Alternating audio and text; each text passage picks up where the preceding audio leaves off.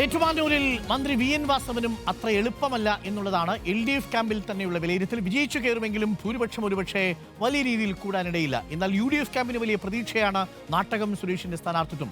വർഷങ്ങൾക്ക് ശേഷം കൈപ്പത്തി ചിഹ്നത്തിൽ ഏറ്റുമാനൂരിൽ സ്ഥാനാർത്ഥി വരുന്നു എന്നതാണ് ഏറ്റുമാനൂരിൽ കോൺഗ്രസ് ക്യാമ്പിനും UDFനും പകരുന്ന ആത്മവിശ്വാസം. കഴിഞ്ഞ തവണത്തേക്കാൾ ഭൂരിപക്ഷം കുറഞ്ഞാലും മണ്ഡലം നിലനിർത്താൻ സാധിക്കും എന്നുള്ളതാണ് വി എൻ വാസവന്റെയും LDFന്റെയും കണക്കുകൂട്ടൽ. ഒരു 2000-ൽ താഴെ വോട്ടിനെങ്കിലും വിജയിക്കാൻ കഴിയുമെന്നുള്ളതാണ് UDFന്റെ കണക്കുകൂട്ടൽ. പരമ്പരാഗത വോട്ടുകൾക്കപ്പുറത്തേക്ക് മന്ത്രി വി എൻ വാസവന്റെ വ്യക്തിപരമായ വോട്ടുകൾ നിർണായകമാകും. ജന്മനാടായതിനാൽ അനുകൂല സാഹചര്യം ഉണ്ടാകുമെന്ന് UDF സ്ഥാനാർത്ഥി നാട്ടകം സുരേഷും കണക്കുകൂട്ടുന്നു.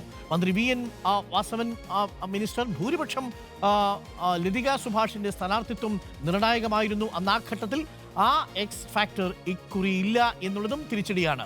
ഏറ്റുമാനൂരിൽ വി എൻ വാസവൻ എങ്ങനെയാണ് ഇത്തവണ ജനവിധി തേടുമ്പോൾ ഏറ്റുമാനൂരിന്റെ വോട്ട് വഴി കൂടി നമുക്കൊന്ന് പരിശോധിച്ചു വരാം. ഏറ്റുമാനൂരിൽ വി എൻ വാസവൻ ഒരു അഗ്നിപരീക്ഷയാണോ നേരിടുന്നത് എന്നുള്ളതാണ് നമ്മൾ പരിശോധിക്കാൻ പോകുന്നത്. ആദ്യം നമുക്ക് 2014 മുതലുള്ള കണക്ക് നമുക്കൊന്ന് പരിശോധിച്ചു വരാം. വി എൻ വാസവന്റെ കണക്ക് വഴി മനസ്സിലാക്കുമ്പോൾ ലോക്സഭാ തെരഞ്ഞെടുപ്പ് മുതൽ നമ്മൾ നോക്കിയാൽ അവിടെ ഏതെങ്കിലും ഒരു മുന്നണിക്ക് ഗുണകരമായ രീതിയിൽ കാര്യങ്ങൾ വന്നിട്ടില്ല എന്നുള്ളത് മനസ്സിലാക്കാം. 2014-ൽ അവിടെ UDFന് അനുകൂലമായ ഒരു ട്രെൻഡുണ്ട്. 2016 ആകുമ്പോഴേക്കും അത് നിയമസഭാ തെരഞ്ഞെടുപ്പിൽ LDFന് അനുകൂലമായിട്ട് ട്രെൻഡായിട്ട് മാറുന്നു. 2019-ൽ വീണ്ടും ലോക്സഭയിൽ UDF ട്രെൻഡ് നേടുന്നു.